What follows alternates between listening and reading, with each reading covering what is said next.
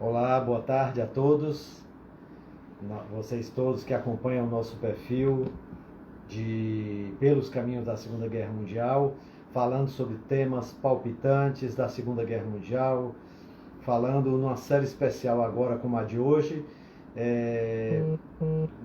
das memórias da Segunda Guerra Mundial nesses países onde guias experientes e que sabem tudo a respeito do que aconteceu lá, falam alguma coisa para vocês. Hoje é um país que nós tivemos já o privilégio de visitar, de conhecer, que é a Polônia.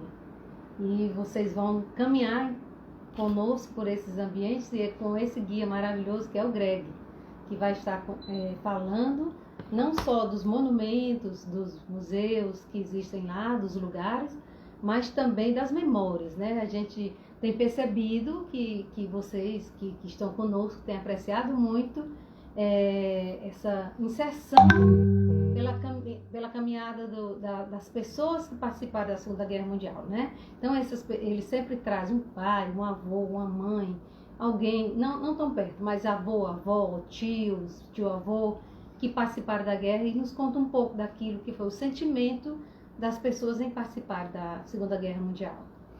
E daqui a pouco a gente chama o Greg, eu já estou vendo que o Greg já está aí. Greg, segura um pouco, tá? Um pouquinho. Nós vamos receber as pessoas.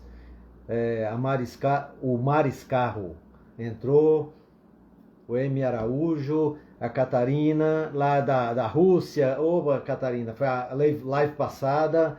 Maris. O Maris. O Maris, né? E a Joaquina entrou aí também. Já temos 12 pessoas, mas aí a gente vai lembrar. Na próxima semana, pessoal, durante a semana, nós temos sempre duas lives. Uma na quarta-feira e outra no sábado. Na próxima semana, nós não teremos essa live da quarta-feira, ok? Teremos somente a do próximo sábado, que é da série especial de guias. Hoje, nós, como a Leta falou, nós vamos ter o Greg, tá? Que vive lá em Varsóvia, tá? E no próximo sábado vamos receber o Roger Vagliano, que é brasileiro e mora na Sérvia. Olha que coisa interessante. Vamos falar da Sérvia das coisas que aconteceram naquela região, que antigamente tudo era União Soviética, tá certo? Agora vamos falar no próximo sábado, então, da Sérvia. Vamos lá. Então, lembrando, hein? Não temos na quarta-feira, só temos no sábado, próximo sábado, que é com o Roger Vagliano da Sérvia. E nós já temos toda uma programação para você que vai ser fantástica. Nós temos, pessoal, uma guia no Japão, tá certo? Ela vai falar sobre Hiroshima e Nagasaki, tá? E como é que foi a guerra, como é que os japoneses sentiram a Segunda Guerra Mundial, tá? E temos também o Moshe Damian, que é um guia que mora em Jerusalém. Ele vai falar a Segunda Guerra Mundial sob o ponto de vista, sob a ótica dos judeus, ok? Muito legal. Vamos lá. Então, já temos 16 pessoas. Chamar o Greg. Vamos chamar o Greg, né? E dizer que sejam todos muito bem-vindos. Muito obrigado pela participação de vocês. Tem sido muito enriquecedor para nós participarmos junto com vocês dessa live. Nós estamos aprendendo muito também na live. Deixa eu acertar aqui para chamar o Greg. Isso.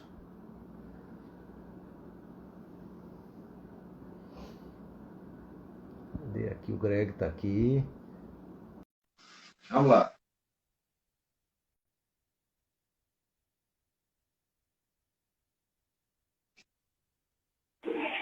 Olá, Greg. Olá, tudo bem? Boa noite. Boa tarde aqui, boa noite aí. Estão ouvindo? Sim, mas com algumas interrupções. Boa noite. Boa tarde. O som, você está ouvindo o nosso som direito? Sim. Talvez eu desligar.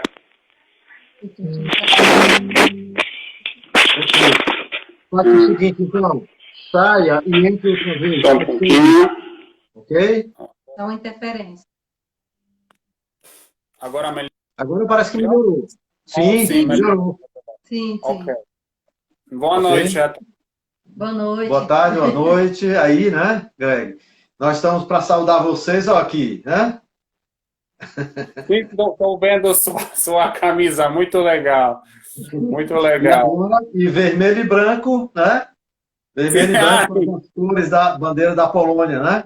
Não é isso? Isso também foi a propósito? Sim, foi, claro. Nada aqui sem querer. Boa noite, Eliazar. Boa noite, Goretti. Sim, é o seu nome, Goretti? Goretti. Oh, eu vejo que tem pessoas que eu conheço se juntando à live. Então, Que bom. Ok. Sejam bem-vindos. Sejam bem-vindos. O Greg, a gente faz sempre uma, digamos assim, um protocolo, uma saudação diplomática, tá certo? Aqui. E eu queria que você ouvisse, então, um trecho da seguinte música. Olha lá.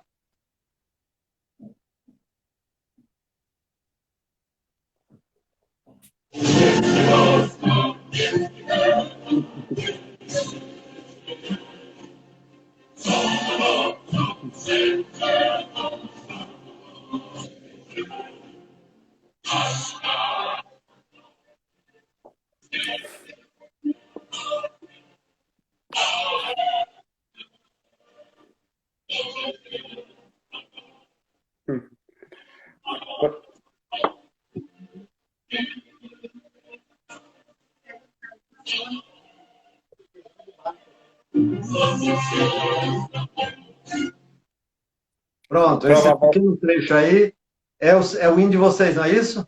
Sim, provavelmente sou o único que reconheceu a melodia. Por quê? Porque eu sou o único polonês aqui, nesse conjunto de pessoas. Para outros é uma melodia qualquer, mas muito legal da sua parte. Sim, foi o hino nacional da Polônia. Aqui, ó.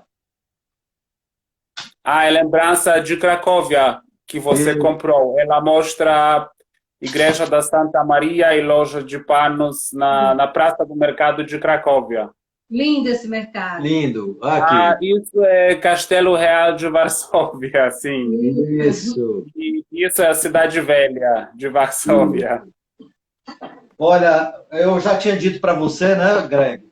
Disse naquela conversa que eu tive, que nós ficamos extremamente surpreendidos com Varsóvia. Uma cidade linda, né? Cidade muito acolhedora, muito simpática, né? Sim, muitos brasileiros ficam surpresos com Varsóvia, porque como Polônia em geral não é um destino tão popular como, não sei, Paris, Roma, Londres. Muitos brasileiros têm também essa imagem da Polônia ser ainda um pouquinho atrasada, país um pouquinho atrasado por causa do comunismo, esperam ver, não sei, vovozinhas vendendo legumes nas ruas, assim, coitadas, e tudo muito triste, é um pouquinho diferente, felizmente. Na realidade, a surpresa é que realmente nós ficamos com aquela imagem da Alemanha comunista, Alemanha oriental, quando havia a divisão, e os prédios lá são muito soturnos, são cinzas, padronizados. E quando a gente chega aí, a gente vê uma cidade alegre, colorida, bonita, viva. Então, é mais nesse sentido da impressão arquitetônica do que a gente ia encontrar, que nos surpreendeu bastante. E além do povo, muito acolhedor. Pena que a gente não sabia falar, a gente tentou aprender a dizer pelo menos obrigado, bom dia, boa noite, porque um povo tão gentil, a gente não tinha muito como se comunicar com eles, né? Fico muito feliz que tinham essas boas impressões. Varsóvia é realmente uma cidade muito dinâmica, se sente muito uma energia que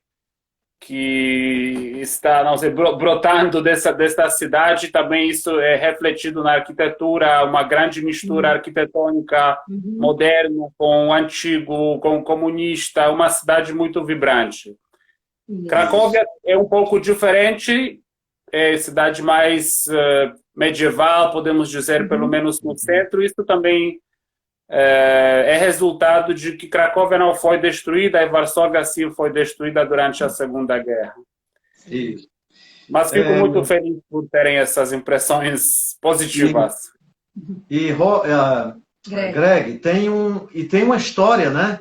Você tem pessoas como Copérnico, Marie Curie, né? Como Sim. Papa João Paulo, e, enfim, outras pessoas da história, né? Chopin, né? Sim, felizmente. Muita gente acha que Chopin era francês, né? Sim. Mas, na verdade, Sim. Chopina era francês, né? Bom, com Chopin, o pai dele era francês, mas ele veio à Polônia com, me parece, 16 anos. E ficou aqui, nunca mais voltou à França, inclusive se considerava um patriota polonês, lutou numas insurreições polonesas e casou com polonesa. Sobrenome dela era Krzyżanowska, já soa bem polonês. Chopin não soa muito polonês. Então, bom, podemos dizer que ele era pela sangue meio francês, mas pela cultura, criação, era mais polonês. Mas, obviamente, falava a língua francesa fluentemente. Isso. Tanto que ele desejou, né? Ele desejou que o coração dele fosse tirado do corpo e fosse colocado lá na coluna da igreja, não é isso? De Santa Cruz, não é isso? Sim, porque ele passou a segunda parte da vida dele no estrangeiro, saiu da Polônia muito jovem, com mais ou menos 20 anos de idade.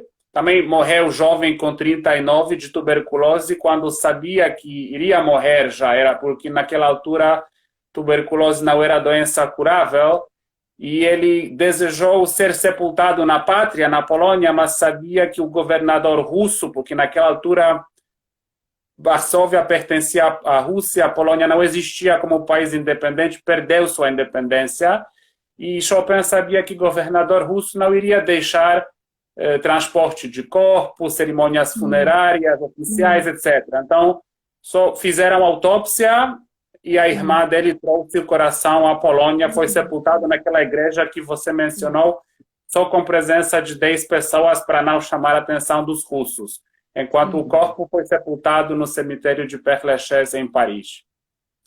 É isso, ótimo. Mas você lembra muito bem. Tem pessoas aqui parabenizando o seu português, perguntando onde você aprendeu um português tão bom. Se quiserem, posso falar um pouquinho da minha história. Por favor. Bom, então eu falo português porque eu concluí uma faculdade na Universidade de Varsóvia chamada Instituto dos Estudos Ibéricos e Ibero-Americanos, que tem secção luso-brasileira. Então, fiz mestrado lá de 5 anos aprendendo sobre cultura, literatura, história do mundo lusófono. E depois eu trabalhei nas várias áreas, não vou mencionar todas, mas quase sempre com português, espanhol, e muitas vezes nas áreas de turismo, nas agências de viagens receptivas, o que mandavam turistas poloneses para estrangeiro.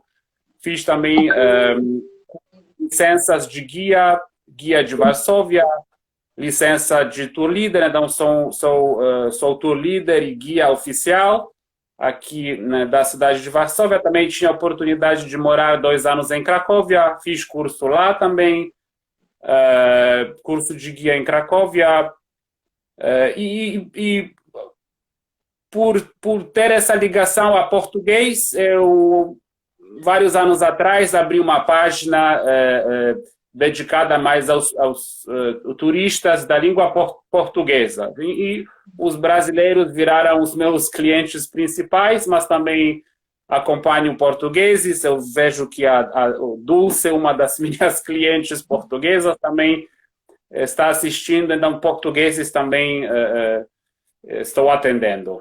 Estava atendendo, porque por causa da pandemia eu precisava de me reorientar um pouquinho, então neste momento faço outras coisas, mas quando tudo voltar à normalidade, espero que vá voltar algum dia, eu também estarei ao serviço, provavelmente. Espero que sim. Greg, você é polonês, não é isso? Aí de Varsóvia mesmo? Isso, sou polonês e nascido em Varsóvia. Tá.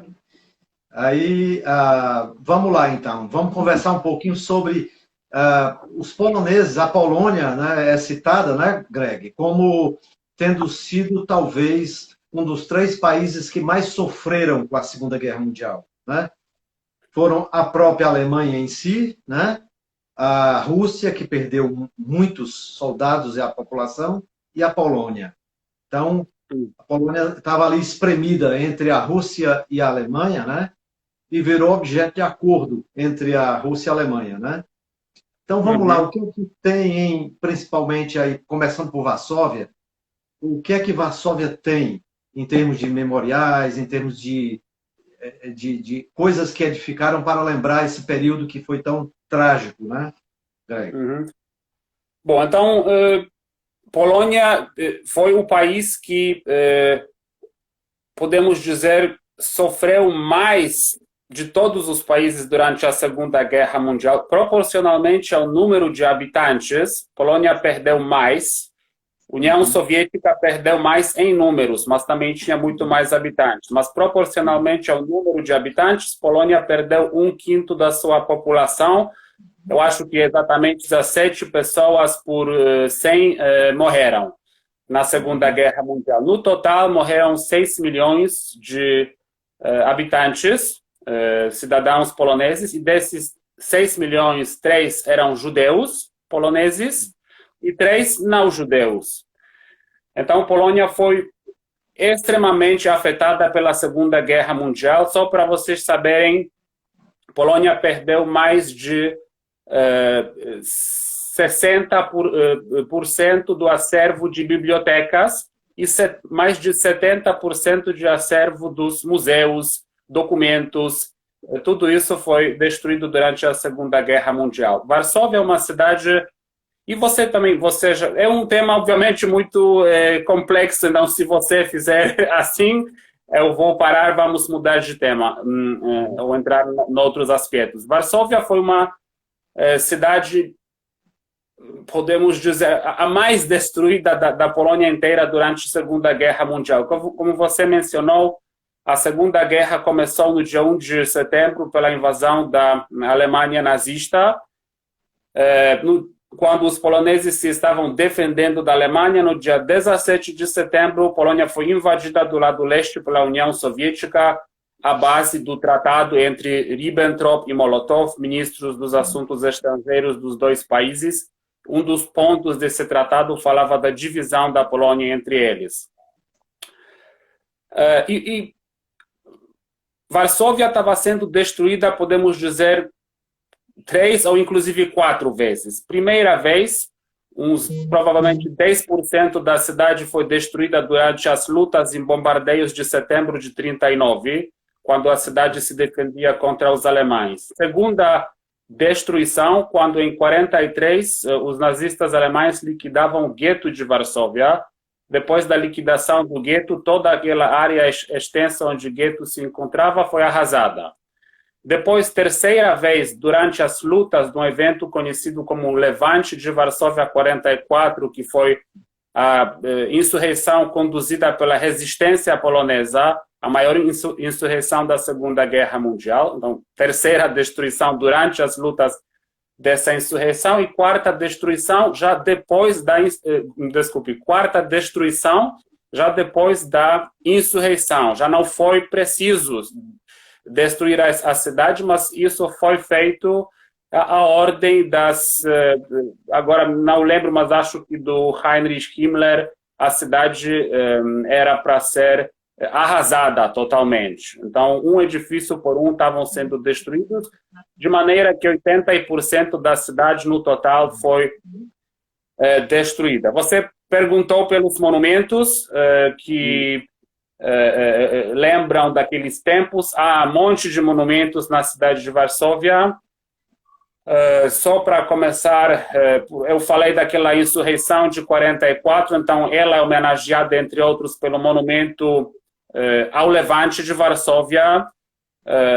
Temos fotos ou não? Não temos fotos. O monumento à insurreição é aquele que fica lá no centro, né? Perto da Cidade Velha.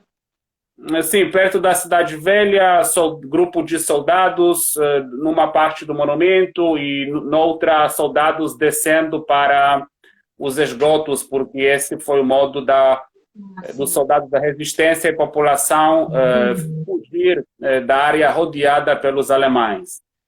Depois temos, então esse é o maior monumento dedicado ao levante de Varsóvia. Depois temos a estátua do pequeno insurgente, que homenageia as crianças que lutavam naquela insurreição. Por exemplo, eles eram mensageiros, transportavam as mensagens. Sim, é o monumento ao levante de Varsóvia, isso. É muito emocionante esse monumento, ele é belíssimo. Sim, e só podia também, ele só podia ser construído depois da queda do comunismo, depois de 89. Durante o comunismo não se podia homenagear aquele levante, porque a história daquele levante é assim que ele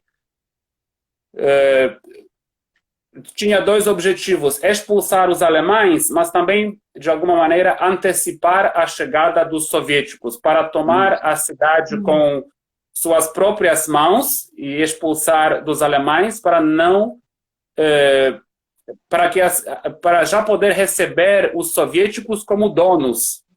Isso também, obviamente, tem vários outros aspectos. Só o tema do levante de Varsóvia 44 é muito complexo. Então, depois tem aquele monumento do pequeno insurgente, dedicado às crianças que ajudavam, que lutaram nesse levante. Tem também vários...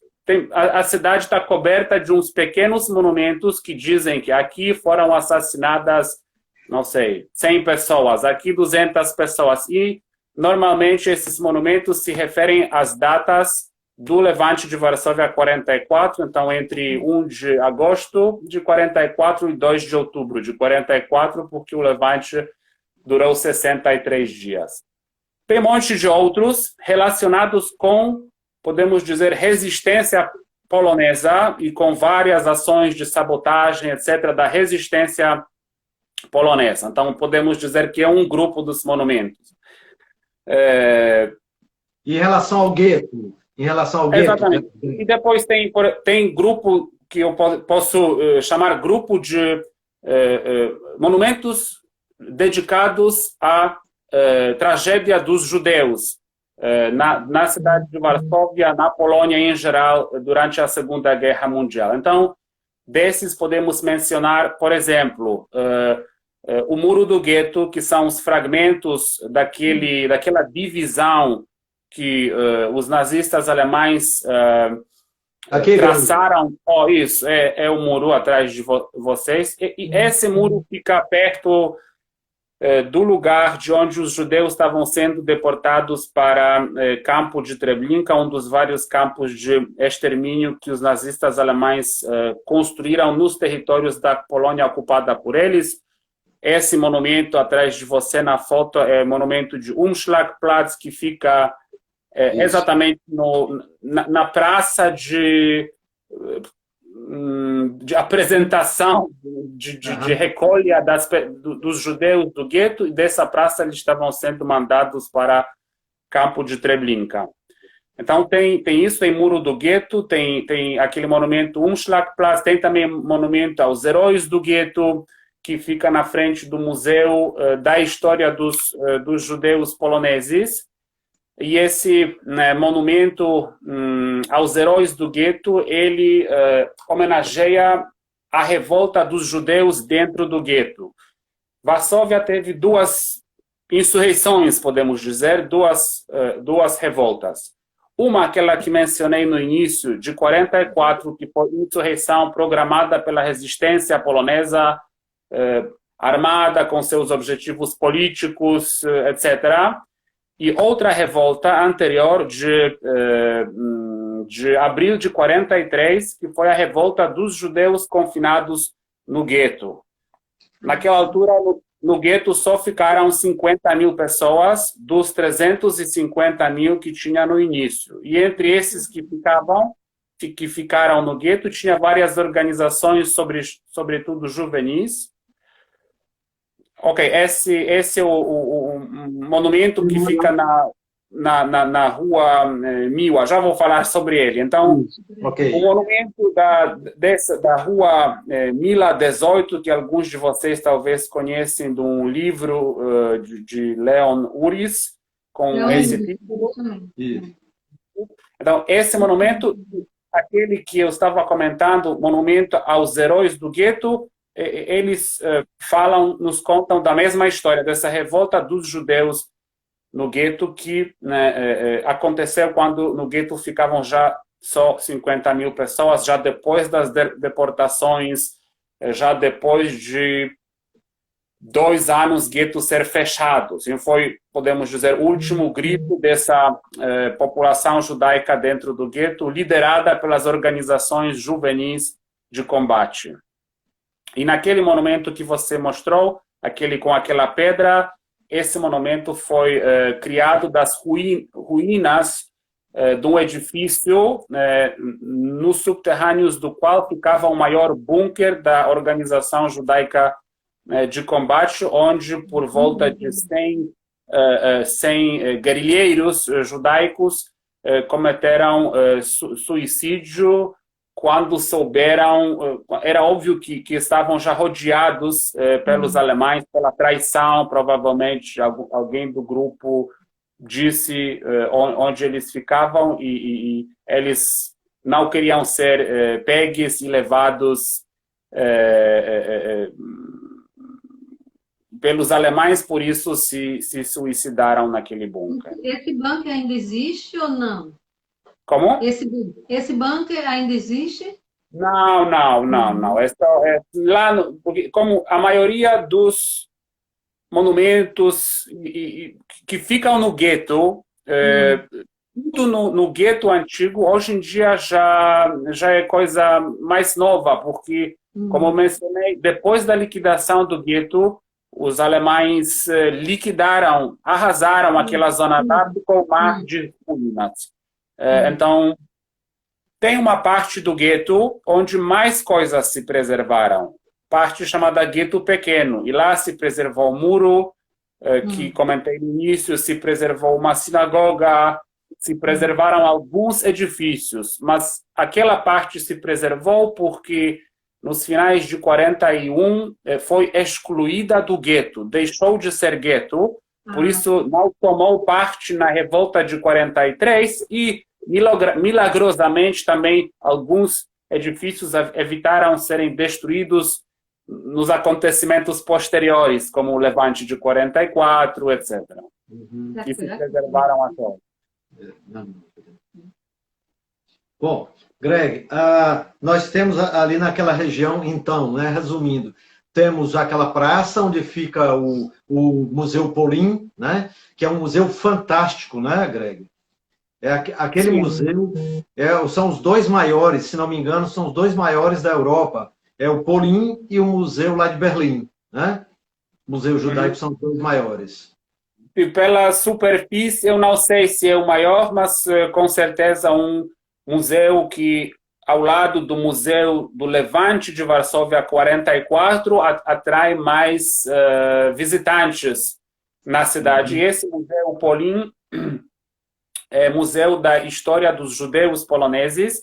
Então, ele conta de centenas de anos da presença judaica na Polônia. Não é Museu do Holocausto, obviamente uma parte é dedicada a isso, mas ele é mais amplo. Ele explica por que tinha tantos judeus na Polônia, por que eles vinham, por que se instalavam, como viviam. E é um museu também muito complexo e muito moderno. Também tem exposições contemporâneas, exposições temporárias, concertos, zona para crianças. Assim, é um lugar muito legal. Tá. A Mônica pergunta assim, qual era o tamanho do gueto? O gueto tinha... O gueto... sim, disso eu não... Porque eu também não estou abordando alguns temas desde o início, mas ótimo que perguntam, porque para falar sobre tudo isso, eu precisaria começar desde o início, como o gueto foi fundado, etc. O gueto tinha 4 quilômetros quadrados, o gueto de Varsóvia, e era o maior gueto da Segunda Guerra Mundial. E Varsóvia também, antes da Segunda Guerra Mundial, foi o segundo maior núcleo judaico populacional no mundo, depois da Nova York.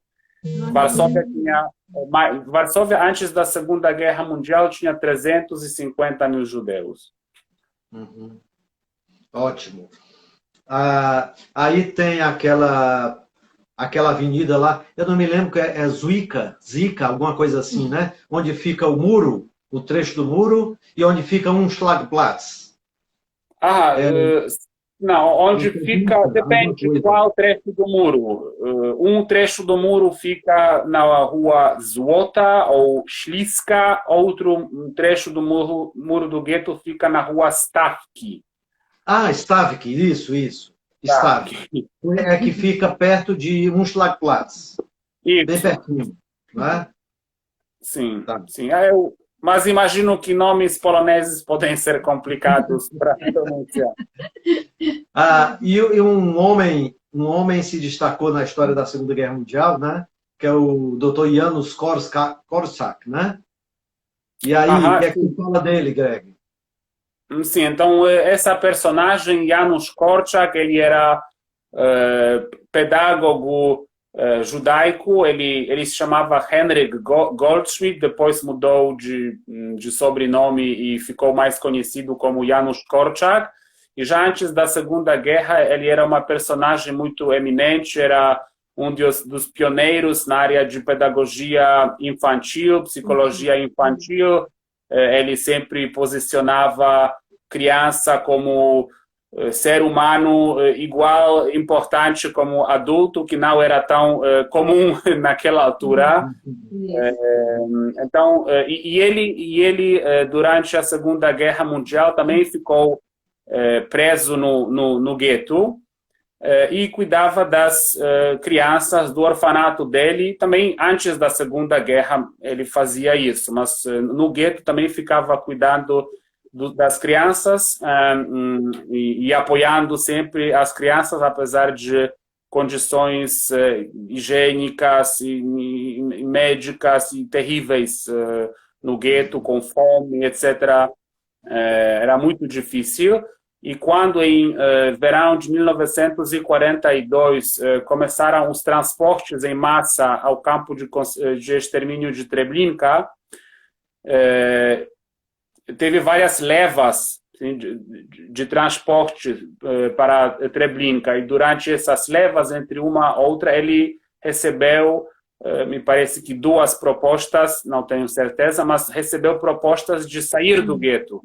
Como era a pessoa famosa, podemos dizer, ele tinha tais possibilidades, mas ele recusou para ficar fiel às suas aos seus ideais, para ficar com essas crianças. Ele se sentia obrigado a tratar assim a sério sua missão e cumpri-la até final. E então ele decidiu ficar no gueto e foi com as crianças para os vagões que os levaram às câmaras de gás de Treblinka. E também alguns dos relatos, eu não lembro de quem foi e onde apareceu, mas se menciona que as crianças quase que marchavam assim, a essa praça de apresentação, que não pareciam quebradas, etc., moralmente, psiquicamente, como várias outras pessoas, provavelmente graças àquele apoio que tinham sempre do seu pedagogo. Então é uma história muito triste, sim, mas também de uma força humana que supera morte, inclusive. Sim. Aqui você deve lembrar, né? Aí sim. o Memorial ao Soldado Desconhecido, não é isso? Sim, isso já é outro monumento. Varsóvia, em geral, é uma cidade muito ampla para visitá-la. Eu sempre recomendo usar carro, porque as atrações ficam dispersas. Não é uma cidade que você consegue facilmente percorrer a pé. E esse monumento é Monumento ao Soldado Desconhecido. Ele homenageia soldados poloneses que lutaram nos vários campos de guerra, também durante a Segunda Guerra Mundial, mas o monumento já existia antes da Segunda Guerra lá.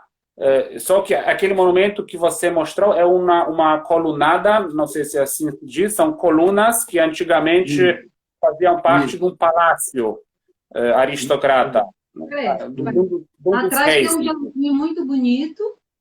Atrás tem um jardim. Um parque, né? Um parque muito bonito. E tem um parque muito bonito. E o muito interessante é que aquele palácio onde o monumento ficava, ele ficava entre as colunas do palácio. O palácio inteiro foi destruído, detonado no Levante de 44 pelos alemães. E só ficou um pequeno trecho de colunas, que hoje é monumento.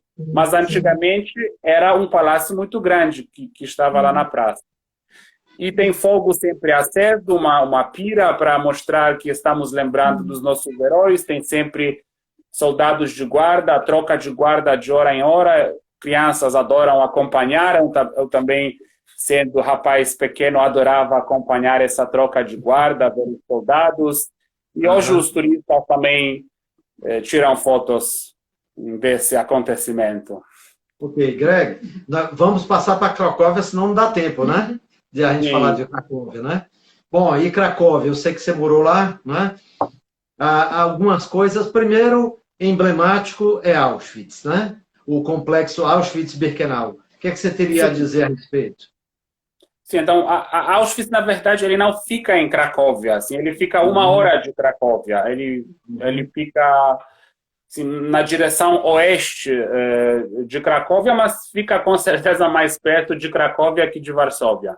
Bom, então, Auschwitz é o lugar mais conhecido eu acho que um dos mais conhecidos quando se fala da Segunda Guerra Mundial, um dos mais presentes na consciência geral das pessoas, porque apareceu também muitas vezes, na verdade, nos filmes que ganharam Oscar, etc. Então é um lugar muito emblemático que as pessoas conhecem. Inclusive, posso dizer que ele é um dos lugares mais procurados também pelos turistas brasileiros que vêm à Polônia.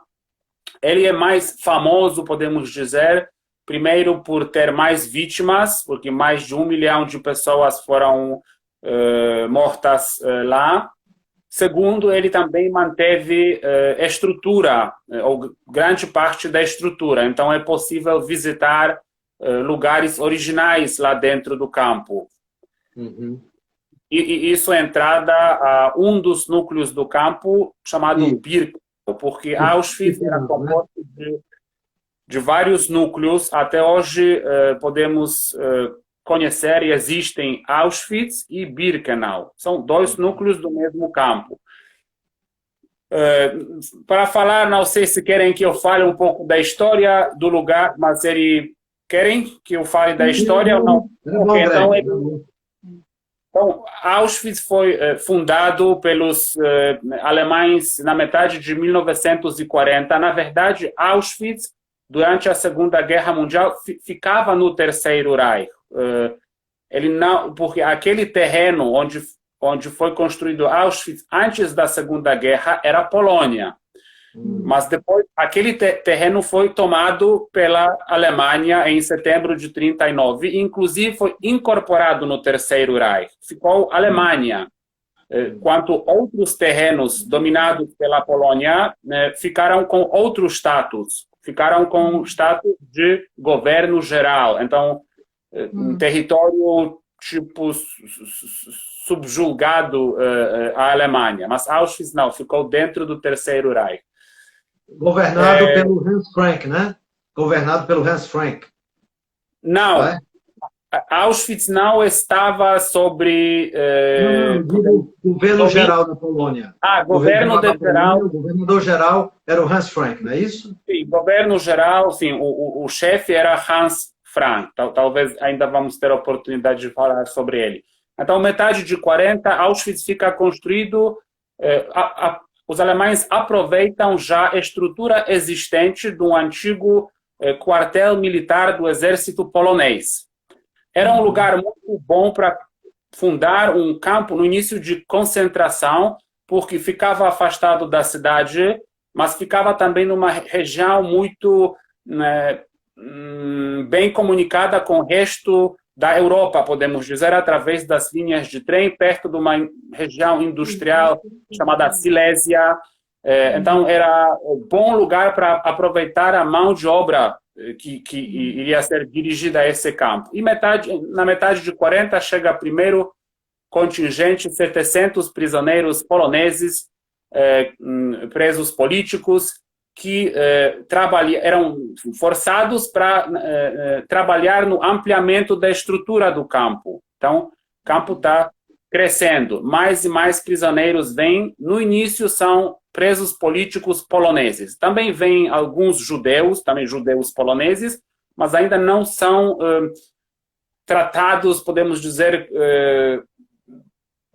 de outra maneira, assim, como judeus, o que vai acontecer só depois. Então, até 42, o campo funciona como campo de concentração, onde pessoas morrem de trabalho forçado, excessivo, de fome, de doenças, de condições higiênicas precárias. O prisioneiro, se não trabalha, não tem direito a viver. É uma regra geral. Obviamente, só esse tema pode ser abordado por horas, sim, dias e anos. Sim. Eu estou fazendo uma abreviação. Em 42, foi decidido que Auschwitz será lugar central para tal chamada solução final da questão judaica. Então, ele foi indicado pelas elites nazistas alemãs como um dos campos onde vão ser exterminados os judeus europeus. E começam a chegar os contingentes dos vários países europeus, de judeus, dos países como Grécia, Noruega, então lugares muito distantes. Em Auschwitz tem inclusive mapa que mostra todos esses lugares, de maneira, e todos 75% dos judeus que vêm ao campo são dirigidos diretamente às câmaras de gás. Todas as crianças, idosos, mulheres que não se querem separar das crianças. E pessoas avaliadas pelos médicos da SS como não capazes de trabalhar. Todos os restantes, que parecem mais saudáveis fisicamente, são dirigidos às barracões como prisioneiros desse campo. Já não entrando nos detalhes, o campo fica,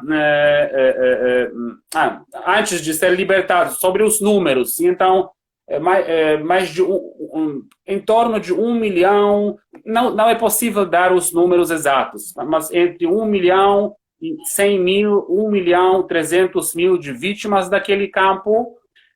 A maioria eram judeus, principalmente por esses transportes que chegavam em massa. Segundo grupo étnico eram poloneses, 150 mil poloneses.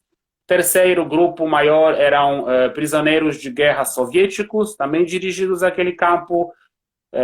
Ciganos, depois todas as nações, franceses, húngaros, belgas, tchecos, italianos, provavelmente representação da toda a Europa. O campo fica libertado em janeiro de 45 pelo exército soviético, que já estava, naquela altura, lutando contra a Alemanha. Greg, uma pergunta. Se a maioria, você disse, eu acho que se eu entendi direito, até 70% iam direto para as câmaras de gás, né? E mais que 70%. Então, eles não eram nem registrados. Eles passavam direto ou havia um registro? Sim, sim, naquela altura, sim, eles não eram registrados. Registrados eram só aqueles que ficavam como prisioneiros. Certo, certo. Uhum. Ok.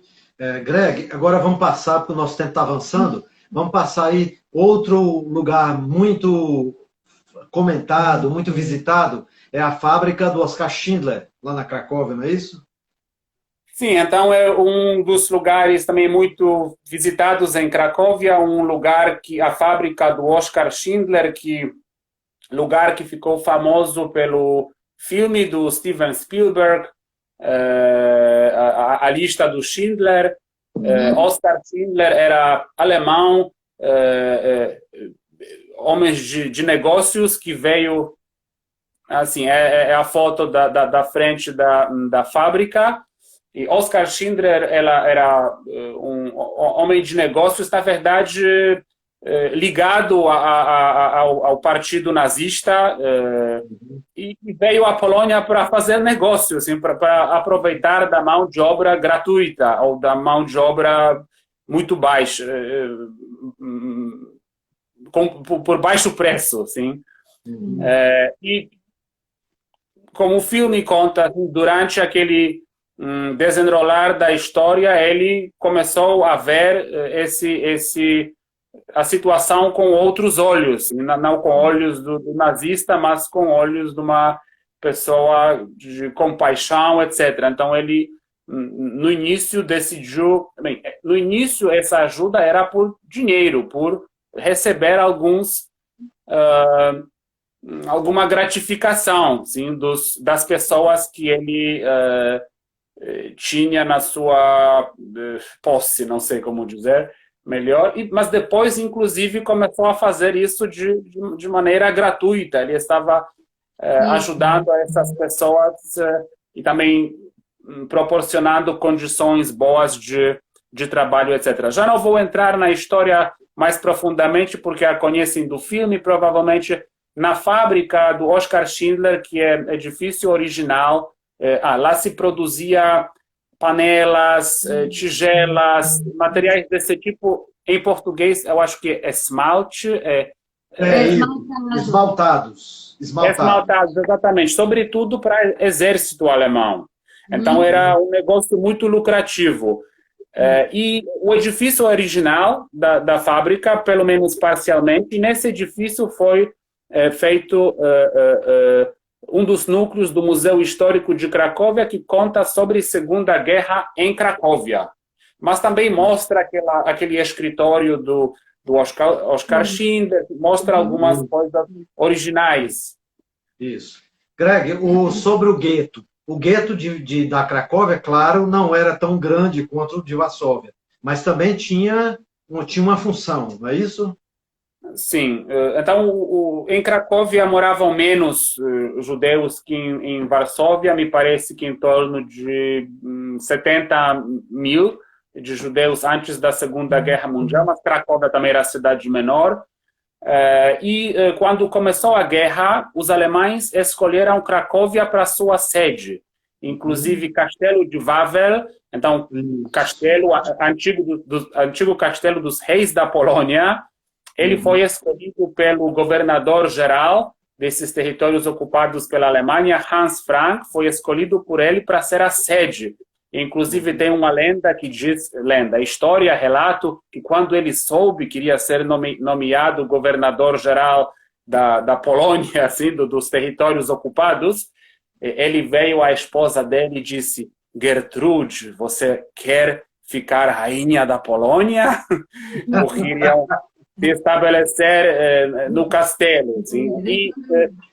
E o bairro judaico de Cracóvia ficava muito perto do castelo. Se chamava Kazimierz. Era um bairro onde por séculos moravam judeus. E eu não sei se por isso, mas a história diz que o bairro ficava demasiado perto desta sede do Hans Frank. Sim, o bairro judaico de Kazimierz. Por isso, foi decidido que os judeus devem ser transferidos a outro bairro, que ficava mais longe, que ficava do outro lado do rio Visto, lá que cruza a cidade, bairro chamado Podgórze. Peraí, deixa eu Não tem nada. Não apareceu nada. Não apareceu nada, mas vai aparecer. Não, aqui, ó. É o Castelo de Wawel Colina de Wawel com catedral no fundo. E o castelo fica mais à direita, assim, mas é a Colina de Wawel. É um lugar muito emblemático em Cracóvia. Então, tem a história do dragão, né, lá no Castelo de Wawel. Sim, tem história do dragão, sim, tem várias outras também. Então, judeus saíram do seu bairro tradicional, histórico, e ficaram obrigados de se estabelecer num outro bairro. E os poloneses não judeus daquele outro bairro ficavam obrigados a deixar as suas casas e se transferir aos outros lugares. Em alguns casos, as casas dos judeus no antigo bairro judaico. E os judeus ficaram confinados naquele bairro chamado Podgórze, e isso também conta a história da lista do Schindler. E interessante que do Schindler, o que a gente viu, é que ele é o único alemão nazista enterrado em Israel. Sim, porque ele foi finalmente ele foi nomeado, condecorado com a ordem Justos entre as nações do mundo, sim, e foi enterrado em Israel. Isso, um alemão, que eu saiba até assim do que a gente conseguiu ler. Eu não sei. Não sei. O Damian Mosh, que é guia em Israel, ele está assistindo aí, ele pode confirmar. Viu, Greg? Ele é o único que é enterrado lá em Yad Vashem, né? Que é o Yad Vashem, que é o Museu do Holocausto e o cemitério judaico, né? Aliás, cemitério não. É o local da homenagem, o Jardim dos Justos. Vamos ver se ele responde aí. Inclusive, assim, ele foi praticamente adotado pelos aqueles judeus que ele salvou, e eles cuidaram dele, assim, até a velhice dele. Sim, é verdade. Sim, O que aconteceu na vida dele? Ele converteu o coração àquelas pessoas, né? A entender que eram seres humanos, né? Sim, para ele. Muito bonito para nós. Com certeza, para eles, ele era um anjo da guarda. O Damian Mosh respondeu, olha aí. O que ele está dizendo? Está no Monte Sião. Olha só. Exatamente. Privilégio. Exatamente, Damian. Sim, aqui vejo algumas perguntas, não sei se querem que eu responda. Sim, aqui é a praça no antigo gueto de Cracóvia, que tem essas cadeiras, é a forma de monumento, porque dessa praça, como em Varsóvia tinha a sua praça de onde aconteciam os transportes ao campo de Treblinka, o gueto de Cracóvia tinha a sua praça, que é aquela que você mostrou, e daquela praça tinha aquelas levas conduzidas de uma maneira muito brutal. Pessoas estavam sendo levadas para o campo, no início chamado Bełżec, e depois, quando o gueto de Cracóvia estava sendo liquidado, a maioria das pessoas estava sendo levada para Auschwitz. E por que a forma desse monumento assim de cadeiras? Porque dos relatos de um polonês que tinha farmácia dentro do gueto, também era o único não-judeu ao qual os alemães deixaram de ficar no gueto, ele recordava que depois da ação de liquidação do gueto, os alemães, quando limpavam, podemos dizer, não limpavam no sentido negativo, as casas onde os judeus ficavam, todo esse equipamento com cadeiras, móveis, ficou naquela praça. E aquele farmacista lembrou essa praça com aquela visão de um monte de cadeiras nela. E outra história diz que os judeus, quando se apresentavam na praça para serem levados aos campos de extermínio, muitos deles eram pessoas doentes, velhas, Então, saíam para a praça levando os móveis e ficavam nesses móveis esperando. E quando levaram todos, só ficaram os móveis. E por isso...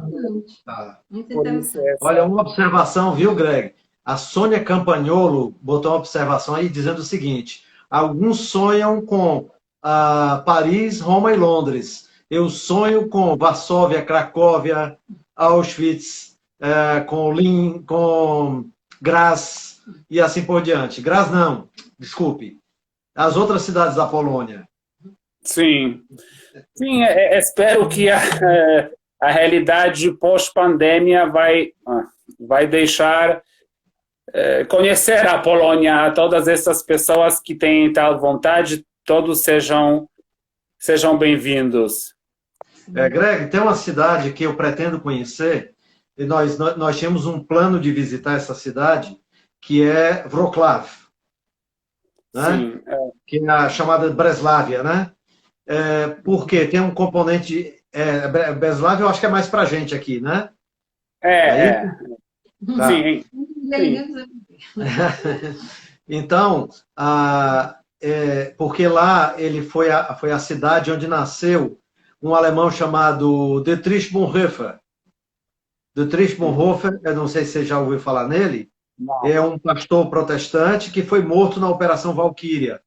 Ele era envolvido na Operação Valquíria e ajudou os judeus a fugir da Alemanha. E ele nasceu lá. Se ele tivesse nascido hoje, seria polonês, mas naquela época fazia parte da Alemanha, não é isso? Sim,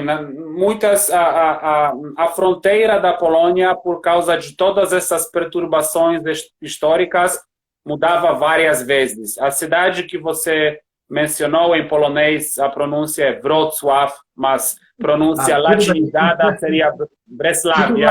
Tudo valendo. Então, muito bem e correto. Então, é aquela cidade, antes da Segunda Guerra Mundial, pertencia à Alemanha. E por grande parte da sua história era a Alemanha. Quando a Segunda Guerra acabou,